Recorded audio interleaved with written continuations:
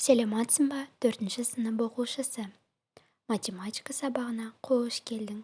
Бүгінгі біздің сабағымыздың тақырыбы қорытындылау пікір. Сен бүгінгі сабақта математикалық мазмұндағы пікірінді құрастырып, олардың ақиқаттығын және жалғандығын анықтайсың. Ал енді балалар, тапсырмаға назар аударайық. Мына суретке қарайық. Осы сурет бойынша дұрыс пікірлерді анықтайық. Балалардың тұспағдарының түсі алуан түрлі. Қызғылт сары, қызыл және көк. Балалардың айтқан барлық пікірлері жалған болса, кімде қандай тұспағдар екенін анықта.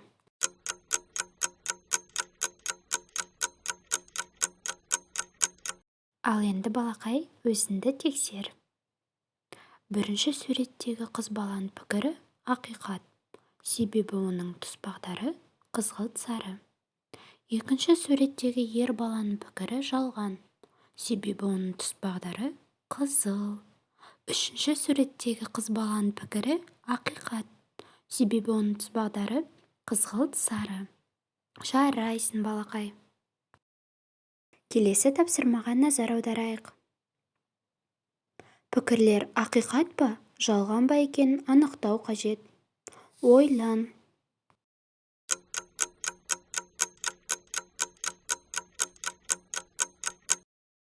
Өзіңді тексер. Тұспағдар жол сілтеуші. Ақиқат. 10 саны 3-ке қалдықсыз бөлінеді. Жалған. Құмырсқа илеуі ағаштың оңтүстік жағында орналасады. Жалған. Ағаштың солтүстік жағында мүк көп. Ақиқат.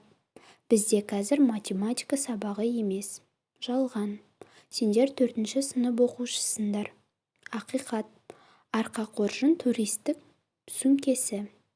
Ақиқат. Күн батыстан шығады. Жалған. Өте тамаша.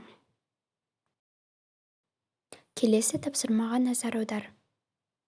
В фигурасы туралы дұрыс пікірді таңда және оларды жаз. В фигурасы дөңгелек емес. В фигурасы тік төртбұрыш. В фигурасы шаршы. В фигурасы С фигурасынан кіші. В фигурасы бес бұрыш.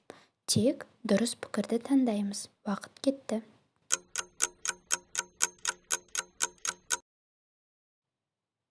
Өзіңді тексер. В фигурасы дөңгелек емес. В фигурасы шаршы. Бұл әрине дұрыс пікір. Бағалау терезесі арқылы өз жұмысыңды бағала.